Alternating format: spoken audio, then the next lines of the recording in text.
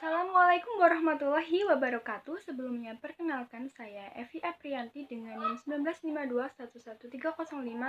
Di sini saya akan mempresentasikan hasil observasi toko retail Toserba Laris. Profil perusahaan. Toserba Laris adalah salah satu perusahaan grosir dan pengecer di Kartasura yang sangat memperhatikan layanan retail pada konsumen. Swalayan Laris ini merupakan bentuk usaha di bidang eceran, yaitu pemasaran barang-barang ecer yang berbentuk toko serba ada. Sebagai pusat belanja dan supermarket dengan nama Laris Swalayan, pada awal berdirinya Laris Swalayan hanya berbentuk sebuah toko kelontong yang kecil yang dimiliki oleh Tan Main Kai. Setelah tahun 1986, kemajuan toko Laris semakin meningkat dengan pesat yang dahulu hanya sebuah toko kelontong yang kecil akhirnya menjadi toko yang serba ada.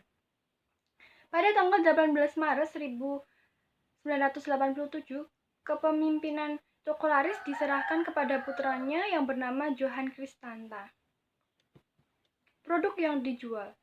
Swalayan Laris menjual produk-produk kebutuhan hidup sehari-hari antara lain sebagai berikut: A. Makanan, B.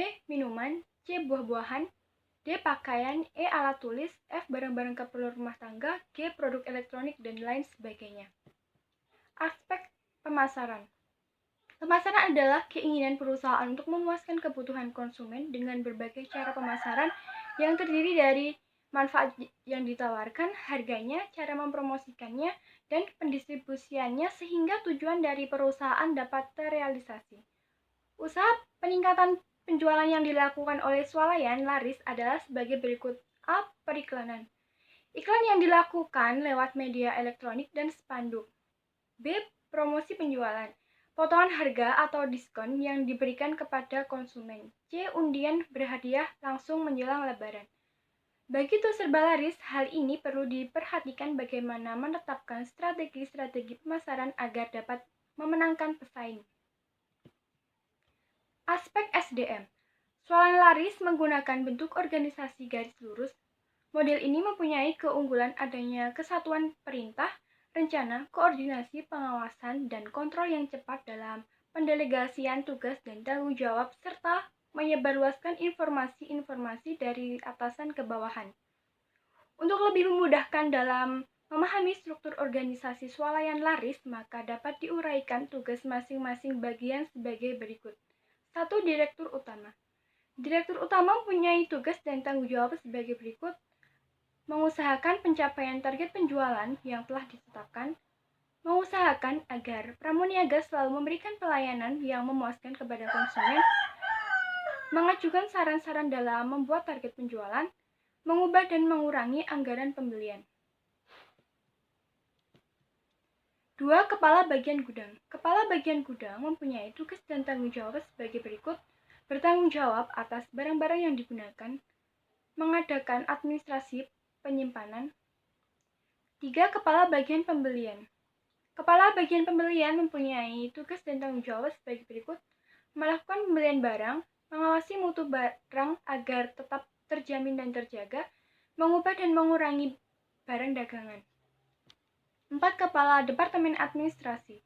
Kepala Departemen Administrasi mempunyai tugas dan tanggung jawab sebagai berikut: mengadakan surat menyurat. 5. Tenaga kerja. Jumlah tenaga kerja Swalayan Laris sebanyak 125 orang. Lokasi. Toserba Laris yang bertepatan di Kartasura merupakan supermarket atau swalayan baru yang berusaha menetapkan dirinya sebagai supermarket atau swalayan yang dapat memenuhi kebutuhan masyarakat pada khususnya di wilayah Kartasura. Tata letak ruang. Desain eksterior dibuat menarik dengan adanya etalase yang didesain khusus untuk menarik konsumen. Sedangkan desain interior memiliki penataan ruang dengan barang-barang tertentu yang dijual dan dikelompokkan sesuai jenis produk pada tiap rak. Produk yang dijual dikelompokkan berdasarkan fungsi dan manfaatnya. Misalnya, rak khusus aneka minuman, aneka bumbu masak, toiletries, dan lain sebagainya. Visual merchandising seperti penataan beberapa produk baru yang ditempatkan di rak atau counter tersendiri dengan dilengkapi media point of sales, bahkan dapat juga ditambahi dengan sales promotion girls. Manajemen relasi relasional bisnis retail. Terdapat 4 pendekatan yang digunakan oleh Toserba Laris memahami pelanggan terbaiknya adalah A. Program frekuensi belanja Toserba Laris. Digunakan untuk membangun gudang dan data pelanggan Toserba Laris dengan mengidentifikasi pelanggan dengan transaksi dan untuk mendorong tabiat belanja secara sering dan kesetiaan terhadap retail. B. Pelayanan pelanggan spesial. Toserba Laris biasanya menyediakan pelayanan ekstra tinggi untuk membangun pemeliharaan kepercayaan pelanggan tetap mereka. Perlakuan istimewa terhadap konsumen Toserba Laris yang selektif penting dilakukan dalam upaya sebagai retensi bagi retail Toserba Laris. Hal ini juga merupakan salah satu kunci keberhasilan dalam mengimplementasikan strategi relasional Toserba Laris. C. Personalisasi pembatasan Toserba Laris. Penting dalam strategi CRM dalam membagi segmen pasar Toserba Laris. Tiap akan menjadi suatu yang menarik untuk pelanggan tertentu tetapi tidak menarik bagi golongan lainnya. Pentingnya hubungan personal antara pelanggan dengan retail akan berpengaruh pada hasil keluaran hubungan, sehingga tidaklah mengherankan jika hubungan personal dapat dikatakan merupakan proses sosial. D. Komunikasi pendekatan Toserba Laris. Untuk membangun kepercayaan pelanggan Toserba Laris adalah dengan membangun komunikasi rasa antar pelanggan. Komunikasi adalah persepsi konsumen terhadap sampai seberapa jauh retail Toserba Laris memberikan informasi kepada konsumen secara terus-menerus melalui media. Dengan komunikasi, usaha-usaha yang diarahkan untuk membangun relasi yang dilakukan oleh retail Toserba Laris dapat dipahami oleh konsumen. Analisis perilaku konsumen.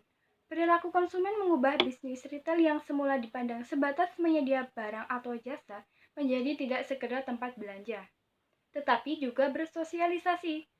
Berbelanja di Toserba Laris saat ini banyak disukai oleh para konsumen, dikarenakan Toserba Laris suasananya lebih nyaman, bersih, pelayanannya lebih maksimal, dan produk yang dijual lebih lengkap.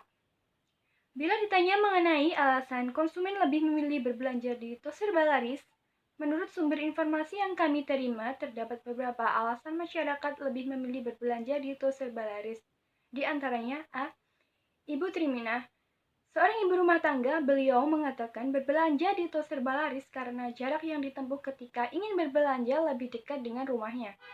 Suasananya lebih bersih dan nyaman, barang-barangnya lengkap, lokasinya strategis, dan pelayanannya ramah. B. Ibu Irma. Bila menjawab karena barang yang dibutuhkan semua ada. Kita bisa memilih langsung sendiri produk yang akan kita beli. Di Toserba Laris memiliki pelayanan yang bagus dan penataan barang juga rapi. C. Bapak Joko.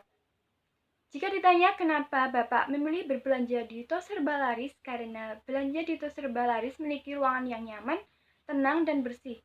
Selain itu, penampilan karyawannya juga rapi dan menarik. Penataan barang dan ruangannya rapi jelas lebih memudahkan pencarian barang yang kita perlu sehingga membuat kita lebih cepat dalam berbelanja. Pengelolaan bisnis retail.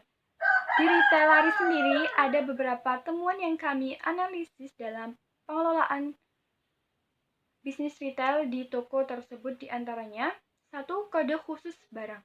Pada saat kelompok kami observasi, terdapat kode khusus untuk barang yang ada di Toserba Laris. Kode ini berfungsi untuk memberikan kecepatan dan ketepatan dalam sistem pembayaran di kasir pada saat terjadi banyak pesanan. Selain itu, kode barang dapat memudahkan dalam melakukan peletakan pada gudang. Misalnya kode barang AA-1 diletakkan di baris pertama dan seterusnya. 2. Peletakan barang yang dijual di dalam gudang tersendiri.